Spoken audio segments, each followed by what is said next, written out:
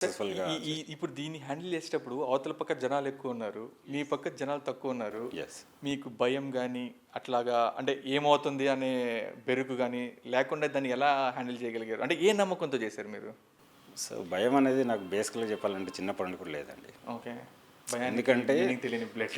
నేను అలా అని కాదండి. చిన్నప్పుడు పడ్డ కష్టాలతో చూసుకుంటే ఉద్యోగంలో చేసేది చాలా చిన్నగా అనిపించింది. ఓకే. అందుకని యా. సో ఇప్పుడు ఆ కేసు అది ఆ రోజు దాన్ని ఆ చెట్లని ఆ గాంజా చెట్లని నరికించేశారు సార్? 20 ఎకరాలు, ఆల్మోస్ట్ 20 ఎకరాలు ఉంటుందండి. ఓకే.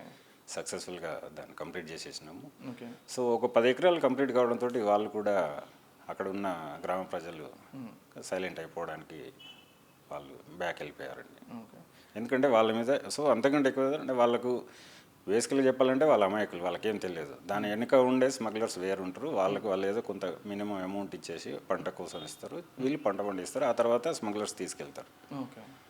అలాంటి వాళ్ళకేం తెలియదు. అంటే ఇది చేస్తే మీకు ఏమవుతుంది, దానివల్ల చట్టం నుండి మీకు ఎలాంటి శిక్షలు పడతాయి, ఏ విధంగా ఇబ్బంది పడతారు అని వాళ్ళకి తెలియజేస్తూ వివరంగా వాళ్ళతో అంటే ఆ టైంలో మనం ఎమోషనల్గా రఫ్గా పోతే కష్టం అన్నట్టుగా వివరంగా స్లోగా మాట్లాడుకుంటూ ఓకే. అదంతా కంప్లీట్ చేసామండి.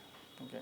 సార్ మీరు ఇట్లాంటి కేసెస్ చేసేటప్పుడు మీకు పాపం అంటే మీరు చెప్పినట్లే వాళ్ళు ఏదో వాళ్ళ రోజు గడవక కూలి కోసం వాళ్ళు వచ్చి అది పంటలు అవన్నీ పండిస్తుంటారు, దాంట్లో దాన్ని ఆ స్మగ్లర్స్కి ఎవరికో ఇస్తుంటారు.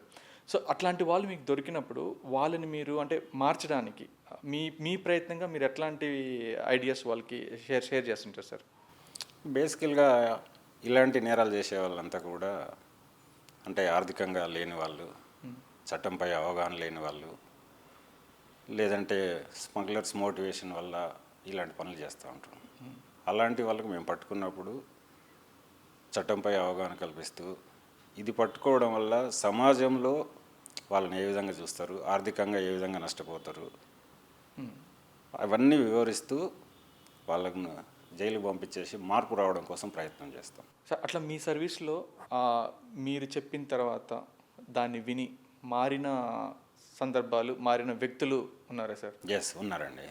నేను కర్నూలులో గాంజా కేసులు చేసినప్పుడు కూడా టు బి ఫ్రాంక్ చెప్పాలంటే స్టూడెంట్స్ మాకు ఇన్ఫర్మేషన్ ప్రకారం ఒక 11 మందిని పట్టుకున్నాం. ఓకే. ఆ 11 మందిని కూడా అరెస్ట్ చేసినాం. వాళ్ళ కోసము వాళ్ళ పేరెంట్స్ రావడానికి కూడా మా దగ్గరికి రాలి. ఎందుకంటే గాంజా కేసు ఇవన్నీ వాళ్ళు ఒక ఇన్సల్ట్గా అంటే గౌరవమైన కుటుంబంగా ఉండి రావడానికి కూడా ఇష్టపడ్డారు. అలాంటి టైంలో ఆ పిల్లలకి దాని మీద ఇంతకుముందు చెప్పినట్టుగా సామాజికంగా ఆర్థికంగా ఏ విధంగా ఉంటుంది, కుటుంబ సభ్యులు ఏ విధంగా దూరం పెడతారు అంటే వాళ్ళకి తెలిసి తెలియని వయస్సు, ఇలాంటి వాళ్ళని వాళ్ళు టార్గెట్ చేస్తారు, స్మగ్లర్స్ టార్గెట్ చేస్తారు. కాబట్టిగా అవన్నీ వివరిస్తూ వాళ్ళని జైలు పంపించేసిన తర్వాత వాళ్ళ పేరెంట్స్ని మా దగ్గర పిలిచి తన ఇబ్బందిలో ఉన్నప్పుడు మీరు దూరం పెట్టడం కరెక్ట్ కాదు, తనకు సాయంగా ఉండండి, ఈ విధంగా జైలు నుండి మళ్ళీ ఎప్పుడు బెయిల్ వచ్చిన తర్వాత మళ్ళీ కౌన్సిలింగ్ ఇచ్చేసేసి రీహాబిలిటేషన్ సెంటర్స్ పంపించి తనలో మార్పు గమనిస్తే అందులో ఒక వ్యక్తి, ఒక స్టూడెంట్ తను కంప్లీట్గా మానుకొని ఇప్పుడు బెంగళూరులో ఉద్యోగం చేస్తున్నాడు. సో అప్పుడప్పుడు కాల్ చేస్తాడు. అది మీకు కూడా అచీవ్మెంటే కదా సార్? అది అంటే అదొక సాటిస్ఫాక్షన్ లాగా ఉంటుంది, జాబ్ సాటిస్ఫాక్షన్ ప్లస్ పర్సనల్గా కూడా మీకు పర్సనల్గా ఉంటుంది. అలాగనే రీసెంట్గా నేను కడపలో కూడా దాదాపు నేను జాయిన్ అయినప్పుడు నుండి మా స్టేషన్ పరిధిలోనే 30 మంది గాంజా స్మగ్లర్స్ సెల్లర్స్ని అరెస్ట్ చేసినాను. అందులో కూడా సేమ్ ఇలాంటి పరిస్థితి, తన కుటుంబ సభ్యులంతా దూరం పెట్టారు.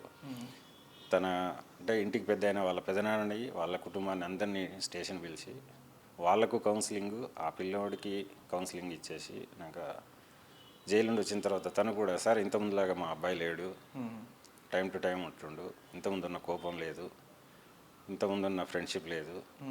సో తనలో మార్పు కావాలి. ఇంతకుముందు ఇర్రెగ్యులర్గా నిద్రపోయేవాడు, ఎప్పుడు వస్తాడో ఎప్పుడు పోయో తెలియదు, కానీ ఇప్పుడు చాలా టైం టు టైం నిద్రపోతుండు అన్నప్పుడు అది ఇంతకుముందు చెప్పినట్టుగా అది కూడా మంచి సెల్ఫ్ సాటిస్ఫాక్షన్. ఎస్.